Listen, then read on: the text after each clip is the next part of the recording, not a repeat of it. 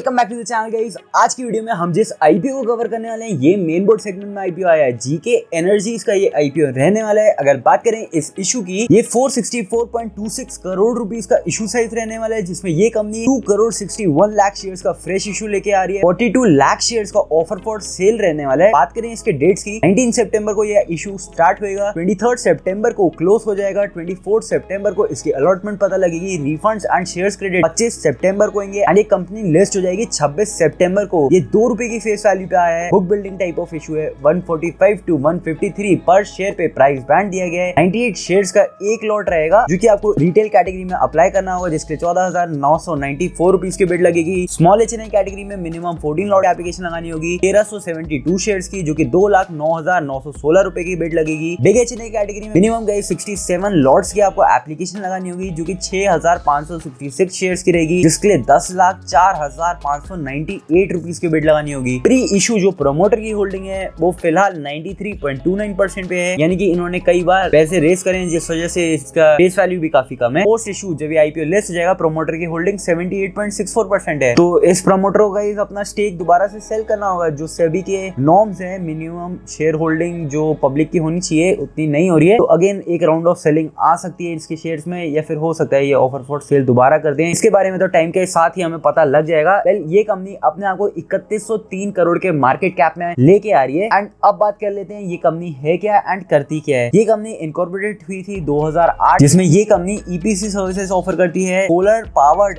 Agriculture water pump systems के लिए under component B of the central government Pradhan Mantri Kisan Urja Suraksha evam Utthaan Mahabhiyan scheme. ये company farmers को end to end single source solution offer करती है, जिसमें ये survey, design, supply, assembly, installation, testing, commissioning, maintenance ही कर देती है। इनके जो वाटर पंप सिस्टम है जो कि सोलर पावर्ड है, उनके ये करेंटली एक एसेट लाइट बिजनेस मॉडल में ऑपरेट कर रहे हैं, जिसमें ये कंपनी सोलर पैनल्स को सोर्स करती है, पंप्स को भी सोर्स करती है एंड वेरियस अदर कंपोनेंट्स जो कि इन सोलर पावर्ड पंप सिस्टम्स में लगते हैं। एंड इसने अलग अलग स्पेशलाइज्ड वेंडर्स रख रखे हैं जो कि जीके एनर्जी ब्रांड नेम के अंडर ही इन सबको सामान बना करके दे देते हैं। एंड ये बेसिकली गाइस आपको वही जो ईपीसी टाइप ऑफ कंपनी है, ये पूरा मैन्युफैक्चर नहीं करती है बट ये डिजाइन एंड असेंबलिंग वो सब कर देती है, सारे सामान को अपने वेंडर से मंगवा करके। इसके 12 वेयर हाउसेस हैं 3 स्टेट्स में, जिसमें इन्होंने 90 एम्प्लॉइज रखे हुए हैं एंड 709 वर्कमैन है एज ऑन 31 मार्च 2025। तो ओवरऑल गाइस इन शॉर्ट आपको समझ आ गया होगा जो भी इन्होंने डिस्क्राइब कर रखा है उस हिसाब से कि ये कंपनी करती क्या है एंड है क्या। वेल अब देख लेते हैं इसके पीयर्स को कि ये कितने साइज की कंपनी बन सकती है इन फ्यूचर। इस कंपनी ने अपने पीयर्स में शक्ति पंप्स इंडिया लिमिटेड और ओसवाल पंप्स लिमिटेड को पीयर आइडेंटिफाई कर रखा है। एंड जो ये कंपनीज हैं ये बहुत ज्यादा मार्केट कैप वाली कंपनीज हैं। एक 10,800 करोड़ के मार्केट कैप पे करेंटली ट्रेड करी है एंड 9,000 करोड़ के मार्केट कैप पे ओसवाल पंप्स ट्रेड करी है। तो उसके सामने जब ये कंपनी अपने आप को केवल 3,000 करोड़ के मार्केट कैप पे लेके आ रही है तो ग्रोथ का स्कोप स्टिल 3 टाइम्स से भी ज्यादा है। एंड अगर अब बात करें इसके फाइनेंशियल्स की, तो यहाँ पे गाइस हमें कंसोलिडेटेड बेसिस में सिर्फ 2025 तक का ही डेटा मिला हुआ है, जिसमें इस कंपनी की 1100 करोड़ का टोटल रेवेन्यू था। प्रॉफिट आफ्टर टैक्स 133 करोड़ पे था। जो इसकी बोरोइंग्स है ये 217 करोड़ पे है। एंड अगर डेट टू इक्विटी की बात करी जाए ये 0.74 पे है। आरओई इसका 63.71% पे है। रिटर्न ऑन कैपिटल एम्प्लॉयड 55.65% पे है। जो पैट मार्जिन है इसका वो 12.12% पे है, जो कि काफी अच्छा मार्जिन है। एंड ये कंपनी गाइस अपने आप को 12.4 के प्राइस टू बुक पे लेके आ रही है, तो कहीं से भी रीजनेबल प्राइस तो नहीं लग रहा है। प्री आईपीओ जो इसका ईपीएस है 7.54 पे है, जो कि पोस्ट आईपीओ 6.57 पे पहुंच जाएगा। प्री आईपीओ जो इसका पीए है 20.29 पे है, जो कि पोस्ट आईपीओ 23.3 पे पहुंच जाएगा। अब बात करी जाए इस कंपनी को इस आईपीओ को लाने की जरूरत क्या पड़ी, ऑब्जेक्टिव क्या है, तो इसे वर्किंग कैपिटल रिक्वायरमेंट्स से पैसा चाहिए जो कि 322 करोड़ रुपए हैं। एंड बचे हुए पैसे यूज करे जाएंगे जनरल कॉर्पोरेट पर्पस में। मतलब बचे का अभी उनको नहीं पता है, उनका ऑब्जेक्टिव यहाँ पे नहीं शो कर रखेगा कि बचे हुए फंड्स कहाँ यूज करे जाएंगे। एंड जब मैं वीडियो को रिकॉर्ड कर रहा हूँ ये इशू स्टार्ट भी हो चुका है एंड सब्सक्रिप्शन के नंबर्स भी आते। सब्सक्रिप्शन वाइज अगर इस इशू को देखा जाए, फर्स्ट डे का सब्सक्रिप्शन नंबर पता है, क्यूआईवी इसमें 2.4 टाइम से ज्यादा ओवर सब्सक्राइब हो चुका है। एचएनआई कैटेगरी में 2.74 टाइम से ज्यादा ओवर हो चुका है एंड रिटेल या फिर इंडिविजुअल कैटेगरी में ये 2.83 टाइम से ज्यादा ओवर सब्सक्राइब हो चुका है। तो सब्सक्रिप्शन के नंबर्स इसके काफी अच्छे आ चुके हैं ऑलरेडी। एंड अगर बात की जाए इसका लीड मैनेजर कौन है, तो IIFL capital services limited and